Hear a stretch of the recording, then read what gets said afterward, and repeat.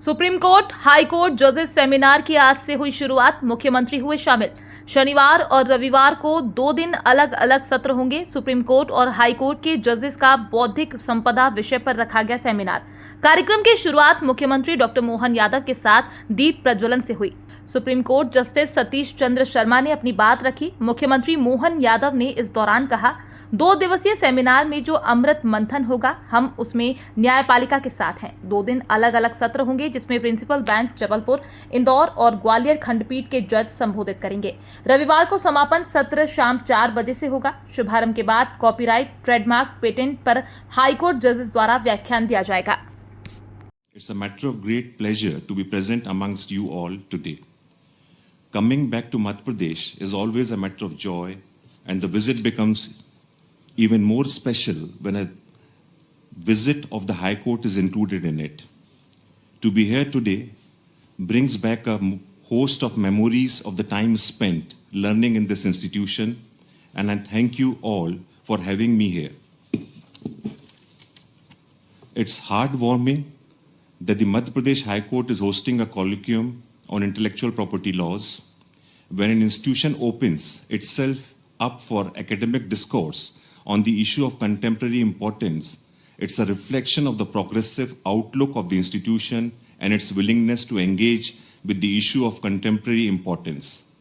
The enforcement of intellectual property laws is posing fresh challenges, and a curious outlook is expected from the judicial system to meet the challenge.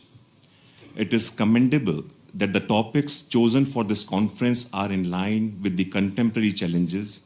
Issues such as arbitrability of intellectual property disputes, criminal remedies in infringement matters, dynamic injunctions, anti-suit injunctions, etc. keep resurfacing in different forms and pose different challenges in the different jurisdictions.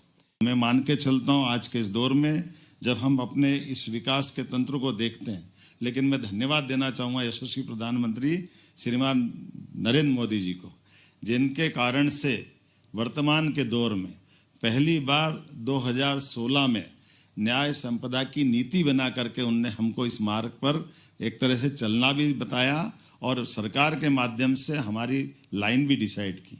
और हमने सबने देखा काल के प्रभाव में जो कठिन समय गया है, मैं न्यायपालिका को भी धन्यवाद देना चाहूँगा। जब कोविड के कठिन काल में भी हमने आधुनिक समय के साथ चलना सीखा है। इतने कठिन काल में जब सब कुछ ठप हो गया, जान के लाले पड़े थे, लेकिन आपने अपना धर्म निभाया, न्यायालय ने अपनी भूमिका अदा की और न्याय की उस निर्बाल रूप से बहने वाली गंगा की धारा को बनाए रखा। मैं आप सबको बधाई भी देना चाहूँगा।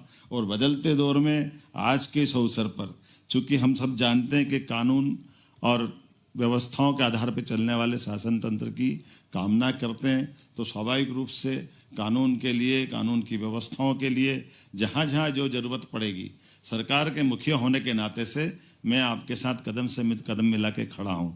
निश्चित रूप से मैं आश्वस्त करता हूँ आज के इस सत्र के साथ, जब आप 2 दिन में अपने में उज्जैन का एक विशेष कारण भी है, वो अमृत मंथन की नगरी भी है, तो आपके विचारों के अमृत मंथन से जो कुछ निष्कर्ष निकलेगा, निश्चित रूप से सरकार, हम और आप मिलकर के मध्य प्रदेश के परिप्रेक्ष्य में हम वो व्यवस्था बनाने का प्रयास करेंगे जिन व्यवस्थाओं की यहाँ के विचारों के बाद जरूरत पड़ेगी।